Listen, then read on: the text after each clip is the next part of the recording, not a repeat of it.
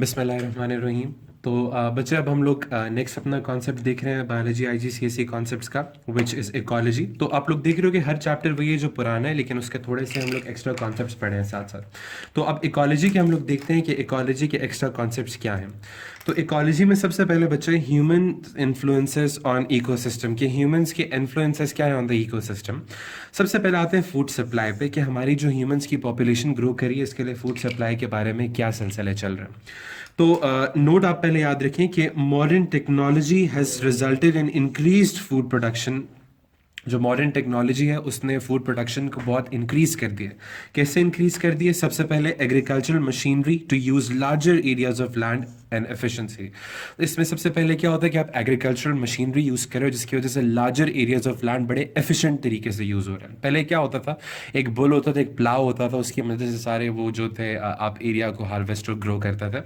लेकिन अब tractors, threshers की वजह से आप बहुत जल्दी कल्टिवेट कर सकते हो चीज़ों को।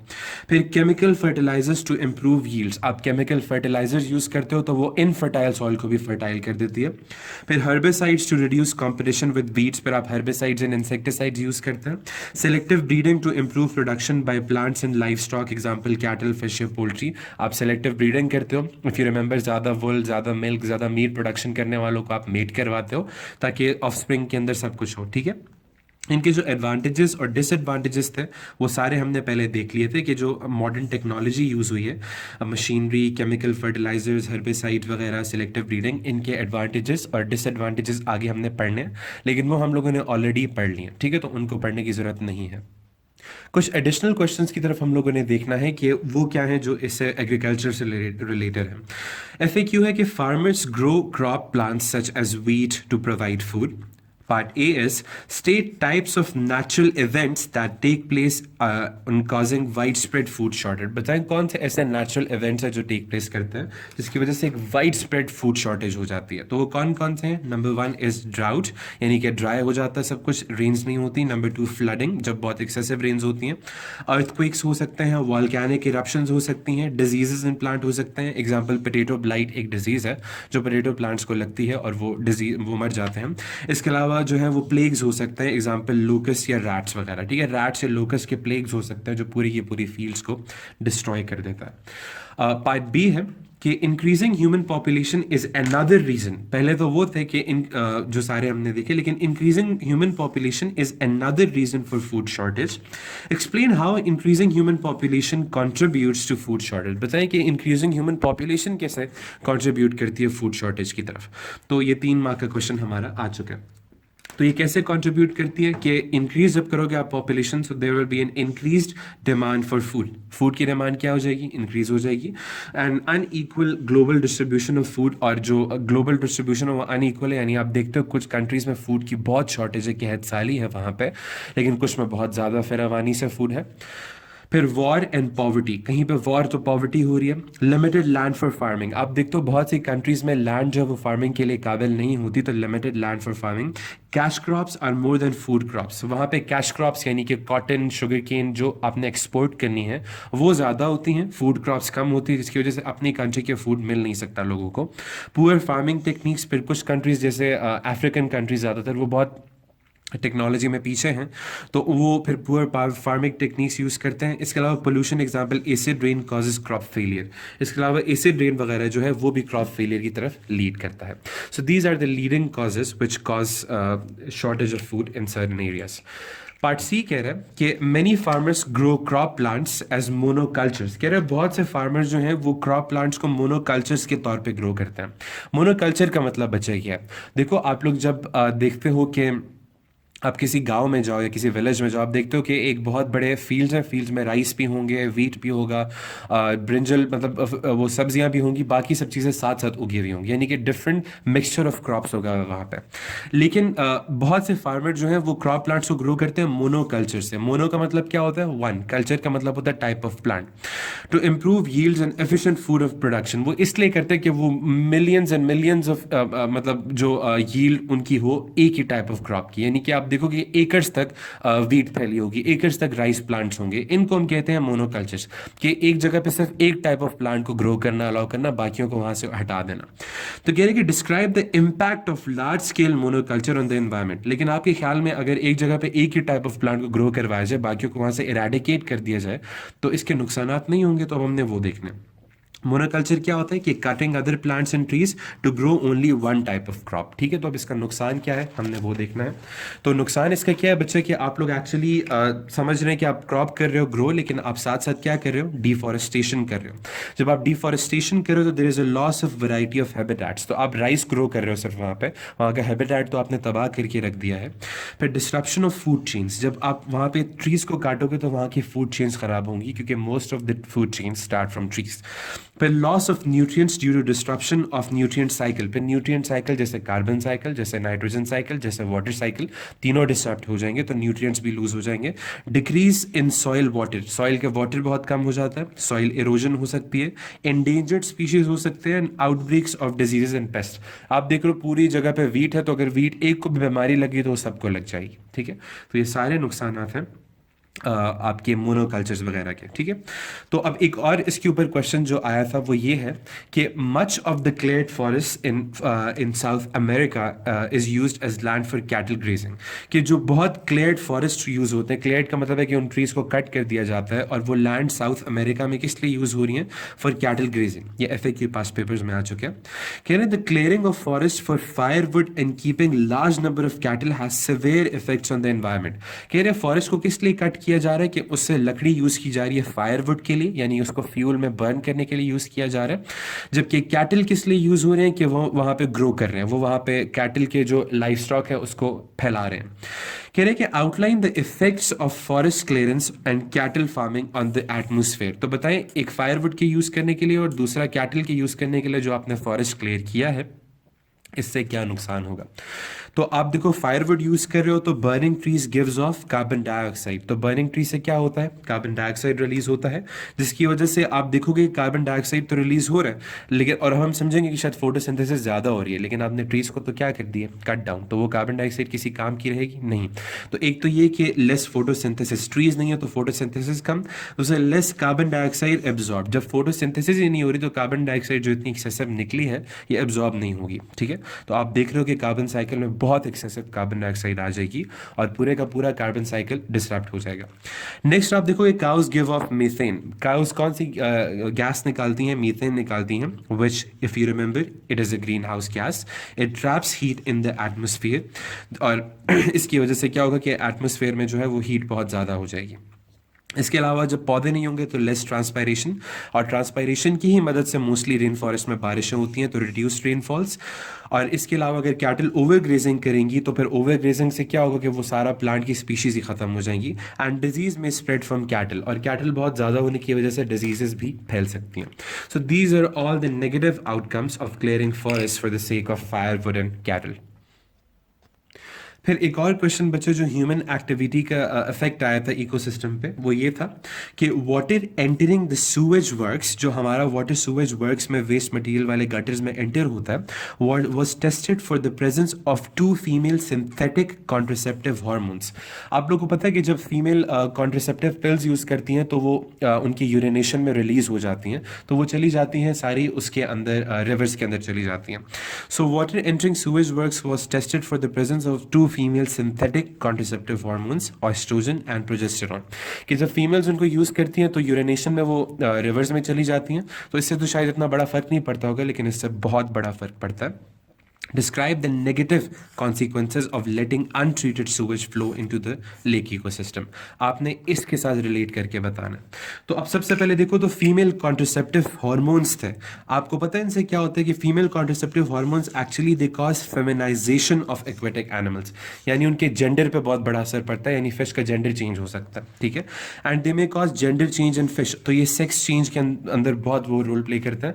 अब जब सेक्स उनका चेंज हो जाएगा तो उनकी रिप्रोडक्शन साइकिल और उनकी लाइफ साइकिल पे बहुत बड़ा इफेक्ट पड़ेगा। So may cause reduce sperm count या production in aquatic animals. So production in aquatic animals या उनके स्पर्म काउंट पे बहुत वास्ट इफेक्ट पड़ेगा, बहुत एक बहुत ही खतरनाक किस्म के तरीके से उनके ऊपर असर होगा। तो इसी वजह से जो फीमेल कॉन्ट्रासेप्टिव हार्मोन्स हैं उनका ख्याल रखना चाहिए कि वो सूएज वर्क्स में ना जाए। नेक्स्ट जो बच्चा हमारा कॉन्सेप्ट रिलेटेड है इकोलॉजी से वो है कंजर्वेशन। ये हमने पहले भी किया था लेकिन आईजीसीएसई में इसकी थोड़ी डिटेल्स हैं। कंजर्वेशन का मतलब क्या होता है कि आप जब यूज़ कर रहे हो किसी चीज़ को तो साथ साथ उसको सेव भी रखो ताकि फ्यूचर जनरेशन्स के लिए वो काम आए। तो कंजर्वेशन में बच्चे सबसे पहला एफएक्यू है कि fish stocks and forest are sustainable resources. Fish stocks and forest वो रिसोर्सेज सस्टेन कर सकते हैं, यानी वो आप साथ साथ सेव भी कर सकते हैं। State what is meant by sustainable resource. बताएं कि सस्टेनेबल रिसोर्स का मतलब क्या है, using forest as an example. Forest को एग्जाम्पल के तौर पर रखें। तो सस्टेनेबल रिसोर्स का मतलब क्या है, इसका मतलब होता है कि रिन्यूएबल रिसोर्स, ऐसे रिसोर्स जिसको आप दोबारा से बना सकते हो। That is it is produced as rapidly as it is removed. यानी जिस तरह आप एक दरख्त काटते हो तो उसकी जगह एक और पौधा लगा दो। The resource will not run out, ये कभी खत्म नहीं होगा। जैसे कोयला आप जलाते हो तो उसकी जगह एक नया कोयला तो आप प्लांट नहीं कर सकते, लेकिन इसको आप प्लांट कर सकते हो। रीप्लांटिंग या रीसीडिंग शुड बी डन, आपको रीप्लांट या रीसीड करना चाहिए। Mature trees should not be cut down, और बहुत बड़े बड़े मेच्योर ट्रीज नहीं काटने चाहिए बल्कि थोड़े छोटे ट्रीज काटने चाहिए जो इमेच्योर हैं, क्योंकि मेच्योर ट्रीज जो होते हैं वो हैबिटेट होते हैं और वो बहुत अरसे तक चूंकि इन्वायरमेंट में होते हैं तो वो बहुत ज़्यादा इन्वायरमेंट से मैच कर रहे होते हैं। अगर आप उनको कट करोगे तो उस सराउंडिंग इन्वायरमेंट पे बहुत अफेक्ट पड़ेगा। तो ये सारी चीज़ें जो है these are related to sustainable resource. Sustainable resource से एक और वर्ड निकला है जो हम लोगों ने पहले भी इकोलॉजी में पढ़ा था, सस्टेनेबल डेवलपमेंट या सस्टेनेबल मैनेजमेंट। तो define the term sustainable development, इसका मतलब क्या है? इसका मतलब है कि development providing for the needs of increasing human population, कि वो वाली डेवलपमेंट जो हमारी ह्यूमन इंक्रीजिंग पॉपुलेशन जो है उसको मीट करिए without harm to the natural ecosystem. लेकिन जब हम उनको फूड दे रहे हैं, हम उनको मेडिसिन दे रहे हैं, हम उनको सब कुछ दे रहे हैं, तो वो ऐसे दे रहे हैं कि वो सस्टेन कर रही है, यानी कि वो नेचुरल एनवायरनमेंट को नुकसान नहीं पहुंचा रही। ठीक है, so this is sustainable development, इस पर डेफिनेशन आती है। तो development providing for the needs of increasing human population without harming the natural ecosystem, so this is sustainable development. लेकिन कुछ सोर्सेज बच्चे आप लोग देखते हो कि वो सस्टेनेबल नहीं होते, यानी आप उनको साथ साथ सेव नहीं कर सकते, साथ साथ उनको रिन्यू नहीं कर सकते, तो उनको हम कहते हैं non renewable resources. So non renewable resources such as fossil fuels यानी कोल, ऑयल और natural gas are needed to be conserved, इनको आपने संभाल के रखना है। Products such as paper, glass, plastic and metal should be recycled, और ये जो सारी आपकी कमोडिटीज़ हैं इनको भी आप लोगों ने रीयूज़ करना है। इनके सब चीज़ों के जो रीयूज़ थे और फॉसिल फ्यूल्स को कैसे कंजर्व करना है, इफ़ यू रिमेंबर तो हम लोगों ने कर लिया, we have already done it in the ecology chapter। ठीक है, नेक्स्ट हमारा क्वेश्चन जो है वो ये है कि तो बच्चे हम लोग सस्टेनेबल मैनेजमेंट देख रहे थे। तो सजेस्ट वेज इन विच, अब एक FAQ आ चुका है ये वाला, कि suggest ways in which governments can try to maintain the stocks of wild fish, कि जो वाइल्ड फिश है यानी कि जो हमारी वाइल्ड फिश का मतलब होता है जो एक नेचुरल हैबिटेट या सीज में रहती हैं, तो उनको हम लोग कैसे उनकी एक्सटेंशन को रोक सकते हैं, उनके स्टॉक्स को कैसे मेंटेन कर सकते हैं। ठीक है, ये 6 मार्क तक का क्वेश्चन आ जाता है। तो सबसे पहले इंटरनेशनल एग्रीमेंट्स, आप लोगों ने इंटरनेशनल एग्रीमेंट्स करने हैं। एग्रीमेंट्स का मतलब है कि कोटाज और लाइसेंसेज होने चाहिए। And ban on unauthorised fishing, यानी कि आपके पास एक ऑथराइजेशन होनी चाहिए, एक लाइसेंस होना चाहिए फिशिंग का। उसके अलावा जो अनऑथराइज्ड है वो नहीं करनी, ताकि हर कोई एमेच्योर बंदा उसको ना करें। नेक्स्ट ये कि फाइन्स फॉर अनऑथराइज फिशिंग, और अगर कोई कर भी रहा है तो उसके फाइन्स आप लोग चार्ज करें। फिशरी प्रोटेक्शन वेसल्स होनी चाहिए, यानी वहाँ पे शिप्स वगैरह होनी चाहिए जो फिशरीज यानी जहाँ पे फिश रह रही हैं उनको वो प्रोटेक्ट करें। Restriction on specific times of the year for fishing like breeding season, और स्पेसिफिक टाइम्स ऑफ ईयर के अंदर फिशिंग को रोका जाए। जैसे बहुत प्लाइट की बात है लेकिन हमारे पाकिस्तान में स्प्रिंग में बहुत फिशिंग की जाती है क्योंकि गर्मी का मौसम होता है, लेकिन ख़तरनाक बात है कि spring is the breeding season for fish, और अगर आप उसी सीजन में उनको मार दोगे तो उनकी नेक्स्ट जनरेशन बहुत कम प्रोड्यूस होगी। तो सर्टन सीजन्स में उनको नहीं मारना चाहिए। फिर एक्सक्लूजन या रिजर्व जोन्स होने चाहिए कि सिर्फ यहीं पे आपने करना है या फिर यहीं पे आपने नहीं करना है, इस रीजन में आपने फिशिंग नहीं करनी। Total ban for some species, और कुछ स्पीशीज के लिए तो बिल्कुल अलाउड नहीं होना चाहिए। जैसे हमारी इंडस रिवर डॉल्फिन है, उसके लिए बिल्कुल अलाउड नहीं होना चाहिए क्योंकि वो तकरीबन एक्सटिंक्ट होने वाली है। Regulation on methods of fishing, फिर मेथड्स ऑफ फिशिंग को भी देखें कि इतने हार्श ना हो। एग्जांपल मेश साइज नेट्स, यानी कि जो साइज ऑफ द मेश है वो इतनी वो ना हो, यानी कि सपोज अगर इतनी छोटी छोटी तारें हैं, छोटे छोटे नेट्स हैं, तो हर किस्म की चीज़ को ट्रैप कर लेंगे। लेकिन अगर बड़े तार होंगे तो वो सिर्फ उस फिश को ट्रैप करेंगे जो आपको चाहिए, बाकी उससे स्केप कर जाएंगे। एजुकेशन प्रोवाइड करें, मॉनिटरिंग फिश स्टॉक्स, उनको मॉनिटर करें। इंकरेज फार्म्ड फिश, और फार्म्ड फिश को, लाइव वाइल्ड फिश को ना देखें, फार्म फिश को ज़्यादा कंज्यूम करें। सो इसकी मदद से क्या होगा कि आपकी फिश जो है वो कंजर्व रहेगी। तो this is the question related to conservation. एक और आया था कि suggest reasons why conserving amphibian species is important. अच्छा, अब एम्फीबियन स्पीशीज यहाँ पे स्पेसिफाई किया, he can ask you any species, कोई भी स्पीशीज आपसे पूछी जा सकती हैं, आपने बताना होगा कि इस खास स्पीशीज को क्यों वो करना चाहिए। तो ये एक्चुअली सबके लिए आंसर है कि किसी भी स्पीशीज की कंजर्वेशन इतनी ज़रूरी क्यों है। तो क्यों ज़रूरी है? इट इनकरेजेस बायोडाइवर्सिटी, इसकी वजह से बायोडाइवर्सिटी होती है, यानी आपके पास वैरायटी ऑफ एनिमल्स जिंदा होते हैं। प्रिवेंट्स एक्सटिंक्शन, इसकी वजह से एक्सटिंक्शन कम कम होती है। Encourages genetic diversity with in species, और हर स्पीशीज के अंदर जेनेटिक डाइवर्सिटी होती है, यानी अगर पैरट है तो पैरट की मिलियंस ऑफ टाइप्स होंगी, अगर इंसेक्ट है तो इंसेक्ट की मिलियंस ऑफ टाइप्स होंगी। मेंटेन्स फूड वेब या फूड चेन, फूड वेब या फूड चेन भी मेंटेन रहेगी, एंड फूड फॉर प्रेडेटर्स भी मेंटेन रहेगा। एंड इंक्रीजिंग रिसर्च, आपकी रिसर्च में बहुत हेल्प करेंगी ये चीज़ें। नेक्स्ट है कि maintains habitats for other organisms, बाकी ऑर्गेनिजम्स के लिए हैबिटेट्स बनते हैं, यानी कि अगर सपोज किसी रेन फॉरेस्ट में पैरट्स रह रहे हैं तो पैरट्स के साथ साथ बाकी एनिमल्स का भी वहाँ पे हिस्सा बन जाता है। फिर टूरिज्म बहुत ज़्यादा होती है, जैसे ब्राज़ील वाले कंट्रीज़ में। Conservation for future generations to appreciate, और सबसे इंपॉर्टेंट बात कि फ्यूचर जनरेशंस के लिए अप्रिशिएट करने के लिए कुछ बचेगा ही नहीं अगर हम लोग इन सबको ख़त्म कर देंगे। तो ये कंजर्वेशन इसीलिए इंपॉर्टेंट है। तो ये आप आंसर किसी भी स्पीशीज के लिए लिख सकते हो। फिर एक और क्वेश्चन आया कि suggest why many amphibian species are endangered, बताए बहुत सी एम्फीबियन स्पीशीज जो हैं वो इंडेंजर्ड क्यों हैं। तो अब यहाँ पे दोबारा एम्फीबियन के बारे में, लेकिन किसी भी स्पीशीज के बारे में अब हमें हर किसी का याद तो नहीं करना कि क्यों खतरे में।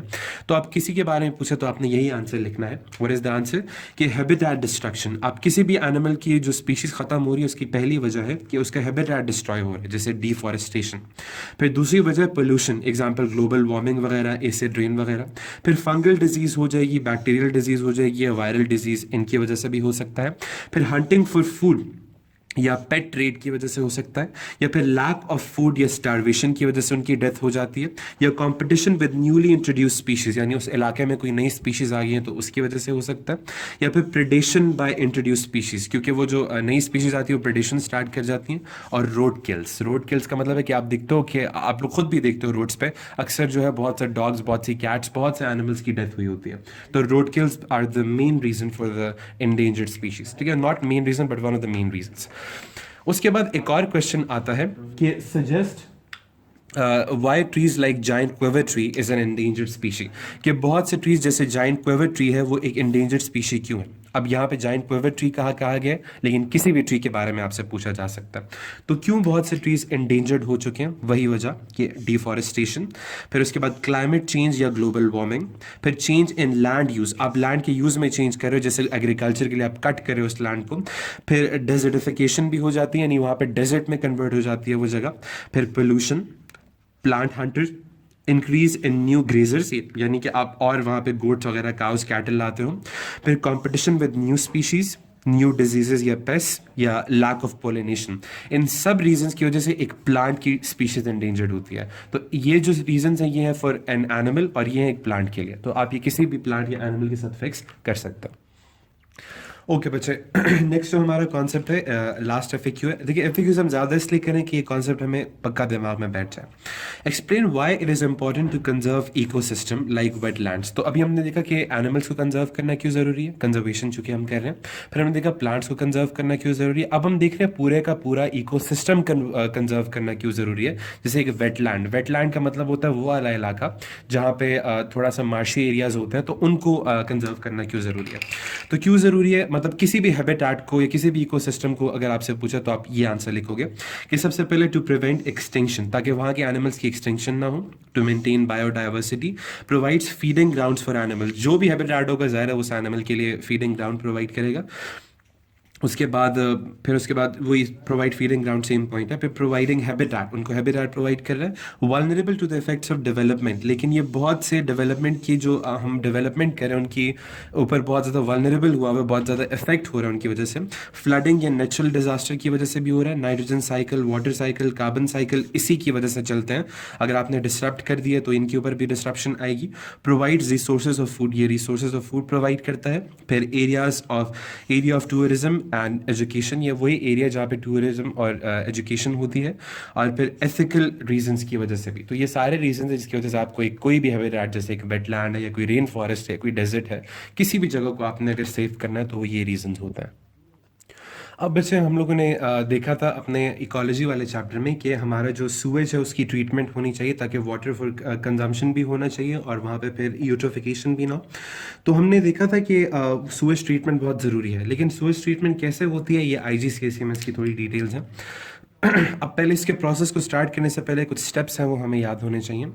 नंबर वन, जब भी आपने सूएज के वाटर को ट्रीट करना है तो सबसे पहले वाटर की कलेक्शन एंड पंपिंग होती है, ठीक है। नहीं, वाटर को कलेक्ट करके पंप किया जाता है।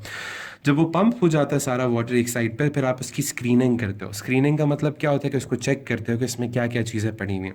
फिर स्टेज नंबर 3 होता है grit removal, such as dirt या स्टोन्स। फिर उसमें से ग्रिट रिमूव की जाती है। ग्रिट का मतलब होता है कि स्टोन्स या जो आपके वो डर्ट वगैरह वो हटाई जाती है वहाँ से। स्टेप नंबर 4 होता है प्राइमरी सेडिमेंटेशन। प्राइमरी सेडिमेंटेशन का मतलब ये होता है कि फिर सेडिमेंट का मतलब जब कोई चीज़ नीचे रॉक्स या कोई पत्थर वगैरह या कोई भी डर्ट या कोई भी इम्प्योरिटी नीचे सेटल कर जाए, फिर थोड़ी देर उसकी प्राइमरी सेडिमेंटेशन यानी प्राइमरी लेवल पे उसको सेटल करवाया जाता है, ठीक है। उसके बाद नेक्स्ट उसको चेंबर में भेजा जाता है। वहाँ पे होती है aeration and digestion bye micro organisms.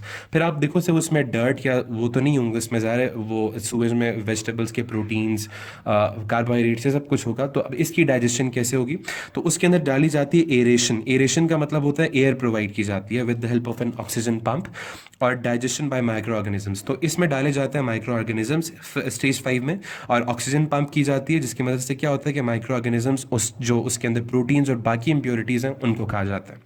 फिर नंबर 6 पे की जाती है फाइनल सेडिमेंटेशन। फाइनल सेडिमेंटेशन की जाती है और जो बैक्टीरिया आपने यूज़ किए थे वो दोबारा आप पीछे ले जाते हो, इनको रिसाइकिल कर लेते हो। फिर फाइनल सेडिमेंटेशन हो गई यानी आपका वाटर प्योर हो गया। लेकिन अब इसमें माइक्रो ऑर्गेनिजम्स का क्या होगा, तो फिर अब लास्ट स्टेज में की जाती है डिसइंफेक्शन। डिसइंफेक्शन का मतलब है कि उसमें इन्फेक्टेंट मॉलिक्यूल्स या इन्फेक्टेंट जो माइक्रो ऑर्गेनिजम्स उनको हटाया जाता है with the help of chlorine यानी क्लोरिनेशन। जब ये हो जाता है तो फिर collection of water by boiling या एवापोरेशन। फिर वाटर को कलेक्ट कर लिया जाता है by the help of boiling या एवापोरेशन। दोबारा से देखते हैं, कलेक्शन या पंपिंग, उसके बाद उसकी स्क्रीनिंग कि इसमें क्या क्या चीज़ें हैं। उसके बाद सबसे पहले बड़ी चीज़ों को हटाया जाता है यानी grit removal such as dirt या स्टोन्स। उसके बाद प्राइमरी सेडिमेंटेशन यानी कि अब सब चीज़ों को सेटल होने दिया जाएगा। उसके बाद चेंबर नंबर 5 में एरेशन और digestion bye micro organisms by the help of oxygen pumping. वो जब हो जाएगी तो फिर फाइनल सेडिमेंटेशन, माइक्रो ऑर्गेनिजम्स को पीछे वापस रिसाइकिल। फाइनल सेडिमेंटेशन के बाद उसको डिसइंफेक्शन किया जाएगा with the help of chlorine और उसके बाद वाटर को कलेक्ट कर लिया जाएगा बाय बॉइलिंग या evaporation. So this is how you treat water. अब इस पे क्वेश्चंस क्या आते हैं हम वो देखते हैं। नाउ बच्चे, FAQ नंबर 1 इज कि state why it is important that sewage is treated. कि बताएं सूएज को ट्रीट करना इतना इंपॉर्टेंट क्यों होता है। तो क्यों इंपॉर्टेंट होता है सबसे पहले ये देखते हैं। तो क्यों इंपॉर्टेंट है, it prevents spreading of diseases, example cholera. ये कॉलेरा जैसे डिजीजेस को स्प्रेड करने में डिजीजेस को स्प्रेड करने से प्रिवेंट करता है। रिमेंबर कॉलेरा जो था विब्रियो कॉलेरी जो कंटामिनेटेड वाटर में होता था जिसकी वजह से डायरिया होता था। फिर अवॉइड्स पोल्यूशन, पोल्यूशन कम होती है। Makes water safe, water safe हो जाता है। अवॉइड स्मेल्स, फिर जो बहुत अजीब सी स्मेल्स होती हैं वो भी कम हो जाती हैं। रिसाइकलिंग ऑफ वाटर, वाटर ज़ाया नहीं होता है, रिसाइकल होता है। प्रिवेंट्स प्रॉब्लम्स लाइक यूट्रोफिकेशन, और यूट्रोफिकेशन जैसी जो खतरनाक प्रॉब्लम्स हैं वो भी प्रिवेंट होती हैं। So these are the advantages which are related to sewage treatment. अब सूवेज ट्रीटमेंट के स्टेप्स पे जो क्वेश्चंस आए हैं अब उनको थोड़ा हाईलाइट करते हैं। पार्ट बी इसके इन स्टेज 5, जो हमारा स्टेज 5 था, इफ यू रिमेंबर स्टेज 5 हमारा क्या था, स्टेज 5 था जब हम लोगों ने पंप किया था एरेशन और माइक्रो ऑर्गेनिजम्स। तो in stage 5 oxygen and micro organisms are added. Explain why oxygen is bubbled through the tank at the stage. कि इसको बबल क्यों करवाया जाता है। तो बबल क्यों करवाया जाता है, याद हम लोगों ने कल्चरल ब्रॉथ यानी कि लार्ज स्केल फर्मेंटर में पढ़ा था किसी चीज़ को बबल क्यों करवाया जाता है। 4 मार्क्स हैं कि it mixes micro organisms with the sewage. ये माइक्रो ऑर्गेनिज्म को सूएज के साथ क्या करता है, मिक्स करता है। Good contact between micro organisms and solid, जब वो मिक्स होंगे तो इससे क्या पैदा होगा, माइक्रो ऑर्गेनिजम्स और जो सॉलिड फूड मॉलिक्यूल्स हैं उनके दरमियान पैदा होगा, मतलब वो कॉन्टैक्ट पैदा होगा क्योंकि there will be more collisions. इसके अलावा oxygen is needed for aerobic respiration. Micro organisms produce carbon dioxide, they release energy for growth, reproduction and enzyme production. तो ये थोड़ा सा इररिलेवेंट पॉइंट है लेकिन मार्क्स स्कीम में था। तो mixes micro organisms with sewage, so there will be a good contact between microorganisms and solids as there are more collisions. Then there will be aerobic respiration by which microorganisms produce carbon dioxide and release energy for growth, reproduction and enzyme production. इन सब चीज़ों की वजह से oxygen को bubble किया जाता है। तो ऑक्सीजन का मकसद क्या था वो देख लिया, बबल करने का मकसद क्या था वो भी हमने देख लिया। नेक्स्ट हम लोग सी पार्ट पे आए, तो सी पार्ट में पूछ रहा है कि सजेस्ट एंड एक्सप्लेन, आपने सजेस्ट करना है फिर उसका रीजन बताना है the advantages of recycling micro organisms from stage 6 to stage 5, कि हम लोगों ने दोबारा नए ऑर्गेनिजम्स क्यों नहीं डाले, क्या से दोबारा रिसाइकिल क्यों किए थे, तो इसके एडवांटेजेस हमें बताएं। तो इसके क्या एडवांटेजेस हैं, to start the breakdown of sewage quickly, इससे क्या होगा कि सूएज जल्दी टूट जाएगा, बजाय आप दोबारा माइक्रो ऑर्गेनिजम्स को लाओ वो फिर उस एनवायरनमेंट के साथ सेटल हों फिर वो तोड़ें, तो आप पुरानी यूज़ करो जो ऑलरेडी उसके साथ आदत है। कंटिन्यूस प्रोसेस, तो ये प्रोसेस क्या रहेगा, कंटिन्यूस रहेगा। Do not have to breed या बाय माइक्रो ऑर्गेनिजम्स, तो आपको दोबारा दोबारा ब्रीड या बाय नहीं करने पड़ेंगे। And no need for waiting for lag phase, या फिर आपको लैग फेज की भी जरूरत नहीं पड़ेगी। लैग का मतलब होता है वो वाला फेज जिसके अंदर बैक्टीरिया बहुत ज़्यादा ग्रो करता है, ठीक है, इसको हम आगे पढ़ेंगे। तो ये सारी चीज़ें जो है इनकी वजह से आपका जो माइक्रो ऑर्गेनिजम्स हैं उनको रिसाइकिल किया जाता है, ठीक है। नेक्स्ट क्वेश्चन इस बच्चे के explain why chlorine is added at stage 7, बताएं लास्ट स्टेज में हमने क्लोरीन को क्यों ऐड किया था। तो क्लोरीन क्या करती है, it kills micro organisms, it prevents spread of diseases and makes water suitable for drinking. तो ये एक्चुअली क्या करती है, माइक्रो ऑर्गेनिजम्स को किल करती है जिसकी वजह से डिजीजेस कम हो जाती हैं और वाटर जो है वो सूटेबल हो जाता है फॉर ड्रिंकिंग। इसका जो लास्ट पार्ट है बच्चे वो आपसे पूछा जा रहा है कि explain the use of bacteria in aerobic digestion tank, कि हम लोगों ने जो बैक्टीरिया यूज़ किया है एरोबिक डाइजेशन टैंक में वो क्यों यूज़ किया है। अब ये थोड़ा कंफ्यूजिंग लग रहा है लेकिन एक्चुअली इसी की बात हो रही है कि जो यहाँ पे ऑक्सीजन थी उसकी वजह से एरोबिक और डाइजेशन हो रही है, तो एरोबिक डाइजेशन टैंक यानी स्टेज 5 की बात हो रही है कि यहाँ पे बैक्टीरिया क्या कर रहा था आपने वो बताना है। तो ये क्वेश्चन भी आ चुका है, तो ये काफ़ी बड़ा क्वेश्चन था, 5 मार्क्स का था। तो एक्चुअली बैक्टीरिया का वो पूछ रहे कि बैक्टीरिया एरोबिक डाइजेशन टैंक में करता क्या है, उसका आपने यूज़ को एक्सप्लेन करना है। तो इन अदर वर्ड आपने डिटेल्स बतानी है कि वो फूड को कैसे डाइजेस्ट करता है। 5 मार्क्स है तो 5 points will be sufficient. Point number 1 is कि दे सेक्रीट एंजाइम्स, ये क्या रिलीज करते हैं, एंजाइम्स। एंजाइम्स क्या करेंगे, they break down insoluble substances to soluble substances. Proteases break down insoluble substances यानी proteins to soluble amino acids. Amylase breaks down starch to maltose. Lipase breaks down fats to fatty acids and glycerol.